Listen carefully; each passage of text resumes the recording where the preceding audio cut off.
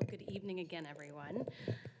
As I said before, my name is Kelly McKenna McRaven. I am the class of 2010, and I have the privilege of serving as the president of the Notre Dame Alumni Board of Directors. It is truly an honor to be here with you tonight as we celebrate one of the most meaningful recognitions in the Notre Dame community, the Reynolds Award. Now, this award calls us to recognize alumni who embody the very best of what it means to be a force for good in the world. And tonight, it is my distinct pleasure to introduce someone who not only lives out the mission, but elevates it in extraordinary ways, Dr. Kelly Battle Beck. Dr. Battle Beck's journey is one that stays with you. Her story is one of resilience, one of purpose, and profound impact. As a student here at Notre Dame, she was a proud member of the Irish, pursuing her degree in English while competing as a varsity swimmer. As a student, she was driven, talented, and deeply committed to excellence. But what defines Kelly is not just what she achieved, but how she has chosen to use her gifts in service to others. She has built a career rooted in empathy, understanding, and a determination to ensure that those too often overlooked are seen, supported, and valued. Today, as an assistant professor of psychiatry at the University of Pittsburgh, Dr. Battle Beck is a nationally recognized leader in advancing mental health care for autistic and neurodivergent individuals. What makes her work so powerful is that it is not just academic, it is deeply human. She is the creator of the EASE program, the first evidence-based mental health intervention designed specifically for autistic youth navigating emotional dysregulation. Through this work, she has helped hundreds of young people find stability, safety, and hope in moments when they need it the most. Her research has courageously illuminated the impact of trauma, bullying, and social exclusion on the lives of autistic individuals, giving voices to experiences that too often go unheard.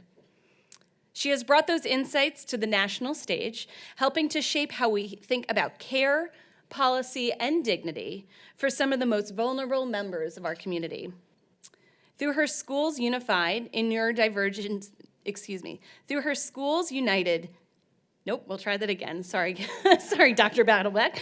Through her Schools Unified in Neurodiversity Collaborative, she is transforming classrooms into places of belonging, where neurodivergent children are not just accommodated, but truly welcomed.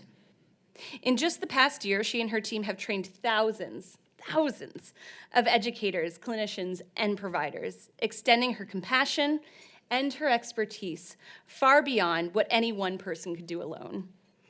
But beyond all of these accomplishments, what stands most about Kelly is who she is. She leads with empathy, she listens deeply, and she never loses sight of the people at the heart of her work. Her life is a testament to the power of purpose and to what can happen when we choose to turn towards others with compassion and conviction. Dr. Battle Beck, your work reflects the very best of Notre Dame. You remind us what it means to be the force for good in the world, not just in words, but in action every single day. It is with deep admiration and gratitude that I invite you all to join me in welcoming this year's Reynolds Award recipient, Dr. Kelly Battle Beck.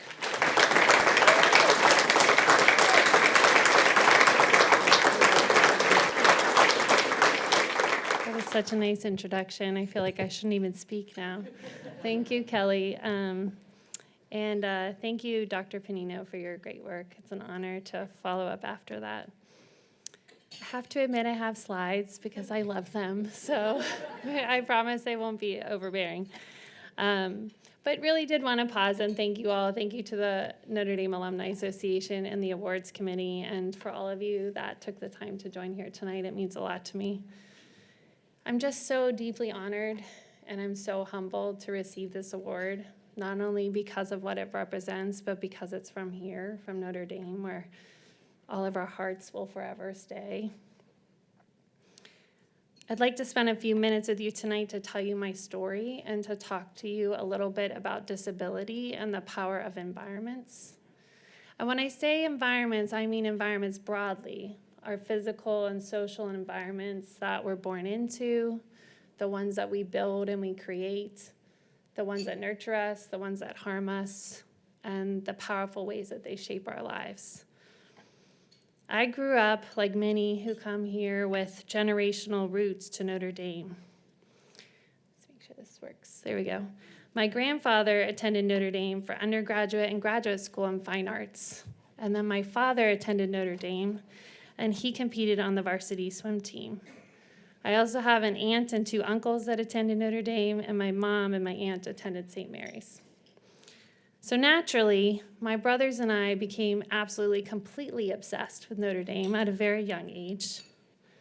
We were laughing at my awkward photo there. And when I was about 6 or 7 years old, I decided that I was going to come to Notre Dame and swim like my dad. And no matter who told me that I was out of reach or I needed a backup plan, I would not listen. It didn't matter how many extra practices I forced my dad to do with me. I was determined to make it. So when I arrived on campus here in 2004, an athlete on the varsity women's swimming team, I felt like I was exactly where I was supposed to be. In an environment of excellence, in an environment that challenges us to become leaders. But my path did take a sudden change. Between my sophomore and my junior year in college, I was a passenger in a head-on car collision. I sustained a traumatic brain injury. I tore ligaments in my shoulder, my knees, my feet, dislocated my jaw. Alive, but permanently changed. My brain injury forever altered the way my brain thinks, processes information, and it resulted in a lifelong disability that I still manage today. So just like that, I went from a really high-performing student athlete. I swam 4+ hours a day on a team that I loved, to no longer competing and really struggling to figure out how my brain worked now at one of the hardest academic universities in the world, away from home. So it was a very hard time for me. And yet, this environment here at Notre Dame very quietly supported me, likely without even knowing it.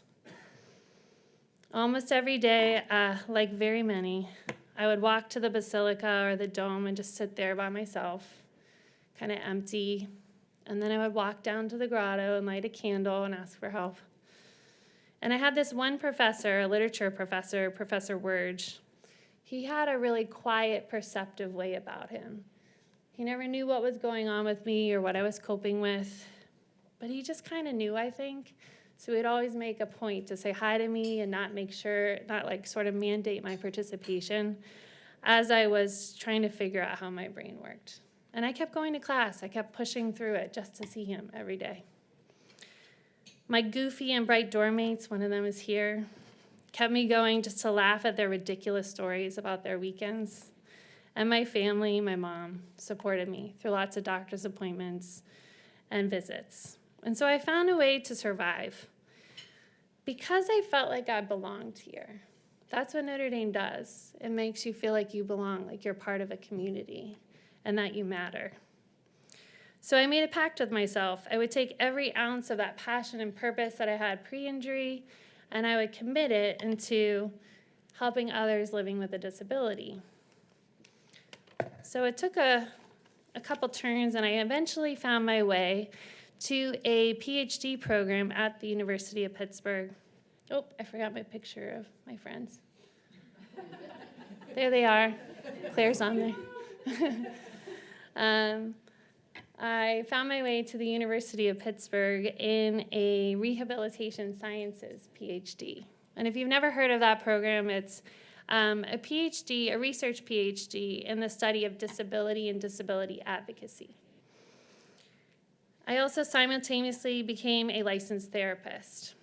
And that was really when I started to move forward because it was the right environment. What that program taught us and what it really embodied was that differences and disability belong in environments. and that those environments are better for it when we embrace differences. So as a student, I worked on a program helping young adults with disabilities gain employment as they transition out of high school. And while I was working in that program, I noticed that 75% of our caseload were young autistic adults.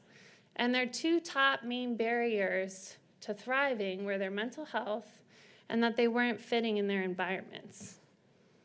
So that was it. I found my purpose and mission working with children and adults on the autism spectrum and other cognitive and neurodevelopmental disabilities. And through this work, I found one of my closest friends and colleagues, Dr. Carla Mazevsky, and I joined her program at the University of Pittsburgh Department of Psychiatry in the REACT Autism Research Program.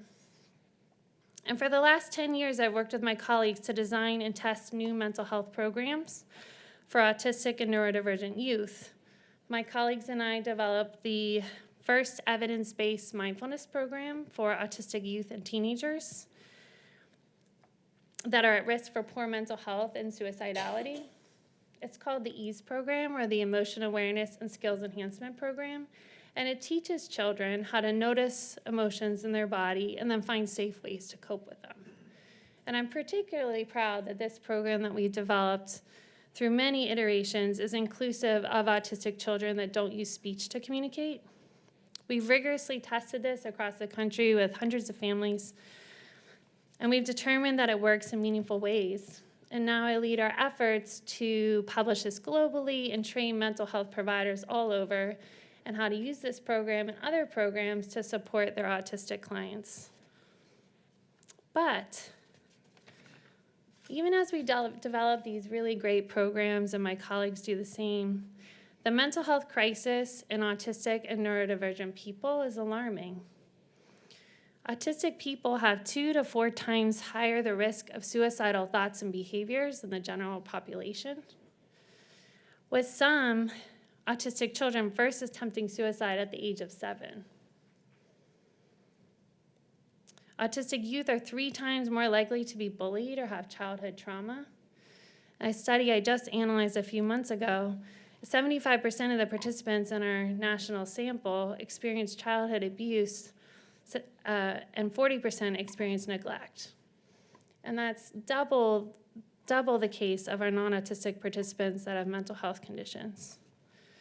So as our team of scientists and colleagues work worldwide to study why this risk is so high, and we're trying to identify multiple ways to change these trajectories, one aspect has become really clear, and that is the environment. We hear things every day like, there's no place for me, the world isn't set up for me, no one talks to me, you don't welcome my child here. The safety or the absence of safety and belonging in the spaces we create and the environments we create in our neighborhoods, in our schools, in our classrooms. While we can design all these programs to help children cope, and we can design lots of interventions to target brain processes for the child, the environment is still breaking them. So we've launched several initiatives to address the environment. We have several projects now study the effects of childhood and ongoing trauma, and we're looking for resiliency factors to try to address and reduce this risk for suicide. We're also working on another initiative about how environment and other physical factors influence risk for self-injury and suicidality. And a project very near and dear to my heart is called the Schools Unified and Neurodiversity Collaborative, the SUN Project. The SUN Project goes into public school districts, and we train every single person that works in a school district in ways to support autistic and neurodivergent individuals. So we teach them in small ways. What are some small things you can do in a school to reduce barriers so that these children can learn better and be more successful in their friendships? Or we'll train every person who works in a school on how you can help them foster relationships with their peers or with other adults in the building, so that they're not feeling so alone and that they feel that they belong. This was my side project. It started off as a project that just has become a movement. And there's so much momentum behind this project. It's become this movement to change school environments into environments where kids feel that they're safe, supported, and that they belong. But all of this work and this award, of course, doesn't belong to me. It belongs to the people that have shaped my life, my family, my friends, my mentors, this place here at Notre Dame. It belongs to our large team and network of scientists and educators that all tackle these really important problems. And of course, with any service, it belongs to the people that we serve and to the communities. No service is ever done alone. We heard that already this evening. It's truly a group of people all committed to a shared mission and values that get behind it. And that's truly the case in my work as well. And so in this spirit, I thought I would show you the reason behind my mission and the impact of this work from the voices of autistic people. Staying alive shouldn't be revolutionary. I don't know, and that's how things feel sometimes. Some people don't have a lot of resources or a lot of supports around them, and that's a big factor in why. I think that could be a big factor in why people with autism are dying by suicide.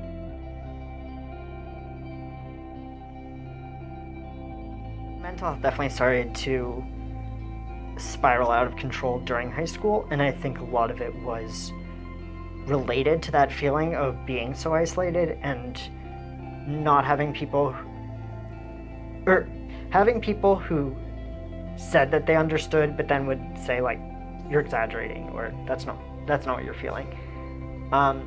So that really affected me. And I think that definitely set up longer term mental health issues for me. Like, I would be teased by kids in school who seemed like they were just trying to get a reaction out of me, and then I would just go hide and cry somewhere. When I think of a safe school, I think more of like the fact that you can talk to people openly and not have any repercussions.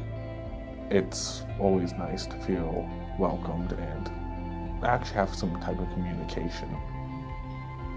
Were there times before where you would go a day and not talk to anybody? Yeah. What would that one thing be that you would want every teacher to do when you walked in the classroom?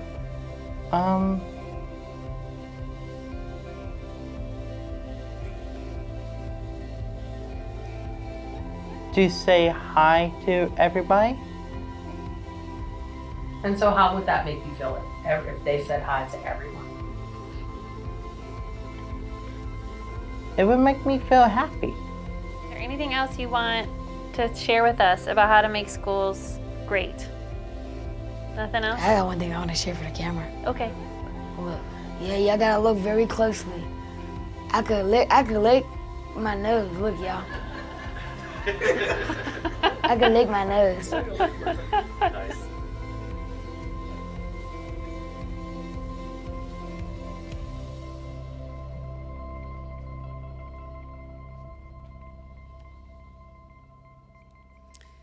So those are the people that I have the privilege working for every day. And I don't know what you heard, but I hear children saying they want to belong. They want people to say hi to them in school. And so I'll leave you with this. I'm just one person among thousands and thousands of service leaders in the Notre Dame network. We already heard from one amazing one this evening, but I know there's many in this room and out globally that are doing such important work, building environments where people feel safe and supported and they have what they need. The ripples that we create, I think when we foster safe and supportive environments, they travel further than we will ever see to people that we'll possibly never meet. In our personal lives, volunteering with children in their sports and youth teams or in the schools, creating communities that welcome rather than exclude. But just like my Notre Dame professor, who probably never knew the impact that he made to me to keeping me afloat, the ripples in the environment that we build intentionally, so those are the differences sometimes between someone who makes it and someone who doesn't. And that's what Notre Dame taught me, and that's what I spend my life doing. So thank you for this high honor and for the chance to speak tonight.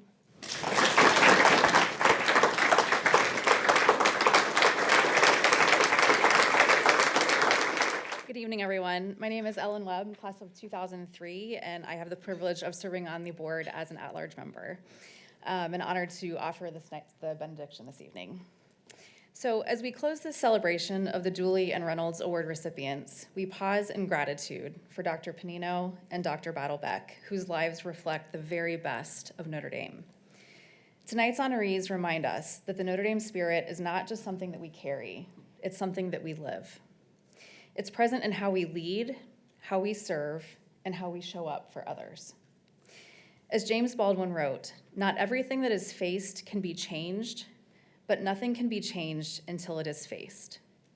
So may we leave here ready to face what is ours to do, to strengthen this community, the communities in which we live, and to be a force for good in all the lives that we touch, living the spirit of Notre Dame in all that we do. Thank you.